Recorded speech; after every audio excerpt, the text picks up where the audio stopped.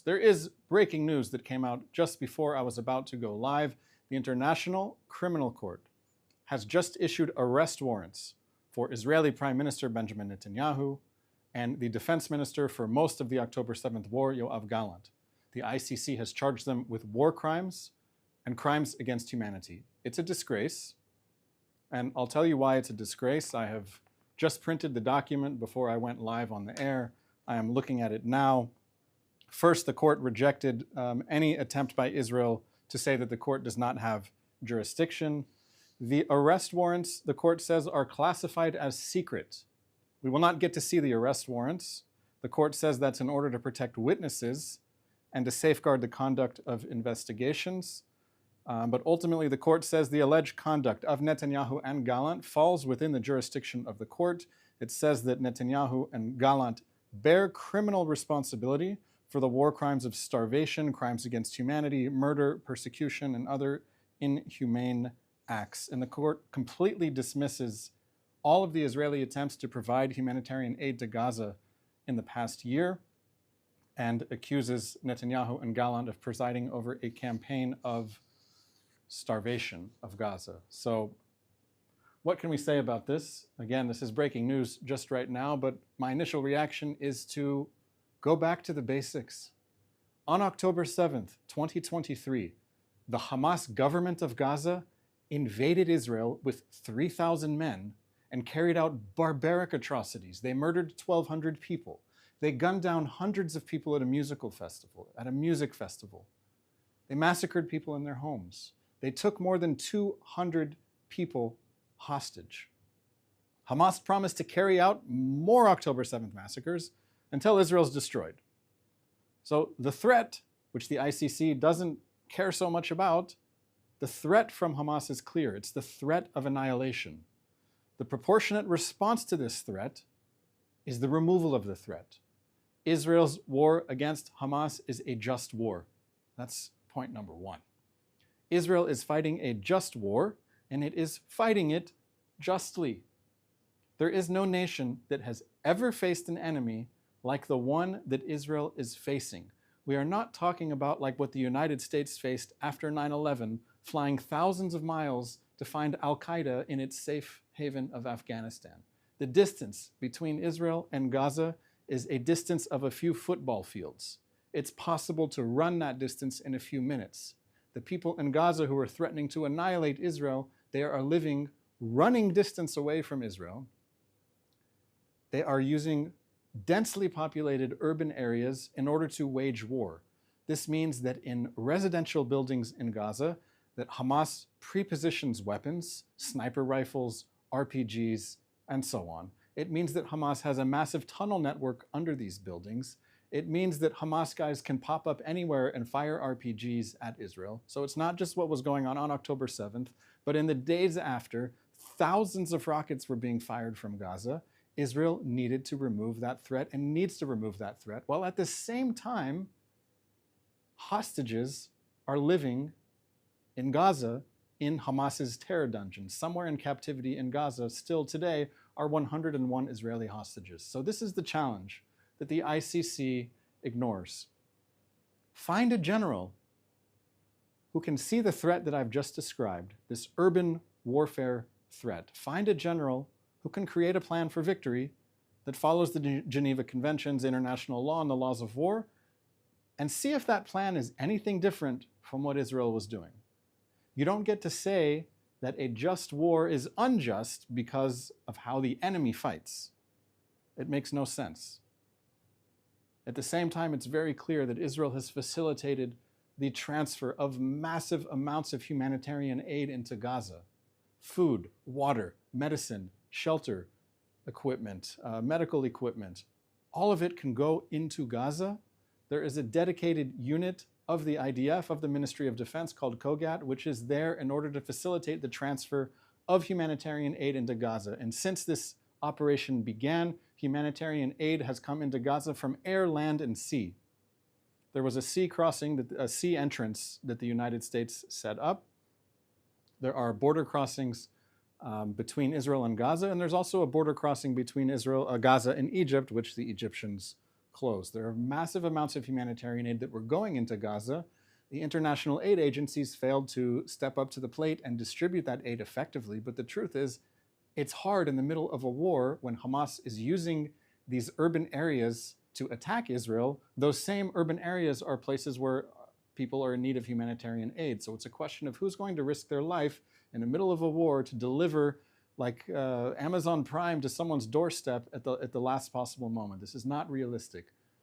The pressure against Israel is coming from everywhere. The International Criminal Court, the international aid agencies that demand an immediate ceasefire in Gaza before hostages are returned, they're demanding that Israel go back to October 6th in exchange for nothing. The international aid agencies that are eager to cooperate with Hamas in Gaza, Gaza's civilian police, as they call them, these aid agencies are demanding that Israel go back to October 6th when Hamas was free to prepare for war, and international organizations like UNRWA provided services to Palestinians that the Hamas government should have provided but didn't because it was focused on preparing for war. Right now, this one is hard to believe. Right now, international aid agencies are asking Israel to allow more cigarettes into Gaza. Yes, international aid agencies want the people of Gaza to have a normal life with access to cheap cancer sticks, while the Hamas rapist regime that the people of Gaza cheered for on October 7th continue to hold 101 Israeli hostages. It's unbearable. The answer is no. The UN Security Council that just tried to pass a resolution calling for an immediate ceasefire in Gaza before the release of hostages, they're demanding that Israel go back to October 6th. Only a US veto from the Biden administration prevented this anti-Israel measure from passing the Security Council. The UK and France voted in favor. They want to go back to October 6th. It is shameful to demand an immediate ceasefire that is not conditional on the immediate release of all of the hostages. The pressure against Israel isn't just coming from the ICC or the UN or international organizations, it's coming from elected officials in the United States, many of whom would tell you that they are pro-Israel. I'm talking about the roughly 1/3 of Democrats in the United States Senate who voted to suspend the transfer of some offensive weapons to Israel. They are demanding that Israel go back to October 6th. The resolution spearheaded by Senator Bernie Sanders didn't pass, thankfully. Some of the senators who voted in favor of the measure said they support the transfer of what they call defensive weapons, like anti-missile systems. They are okay with Israel shooting missiles out of the sky, but they aren't okay with Israel shooting the missiles while they're on the launch pad. This is October 6th thinking.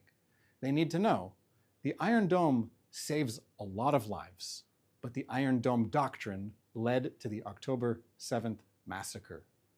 Sitting and waiting for terrorist armies to attack is not an option. Israel will not allow terrorist armies to mobilize on its border ever again. Not in Gaza, not in Lebanon, not on any border. There is enormous international pressure on Israel to end its war against Hezbollah in Lebanon without any guarantees that there won't be another war soon. There are more than 60,000 Israelis who fled their homes because Hezbollah was shooting at them. They can't go back home if Hezbollah remains armed in close range.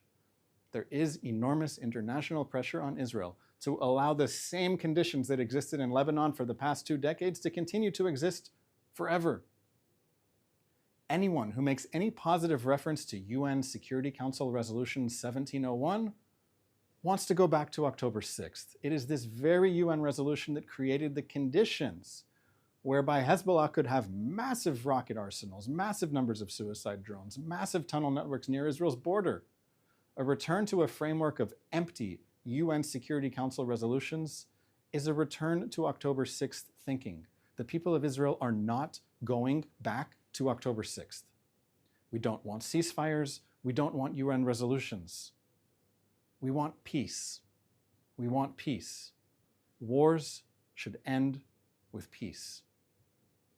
There's an essay I recommend you all read today in the publication called Unheard. The author is Shani Moore. He writes, across the West, diplomats and experts have settled on a consensus for solving the ongoing Arab-Israeli war, one that reveals exactly why international diplomatic efforts have consistently failed.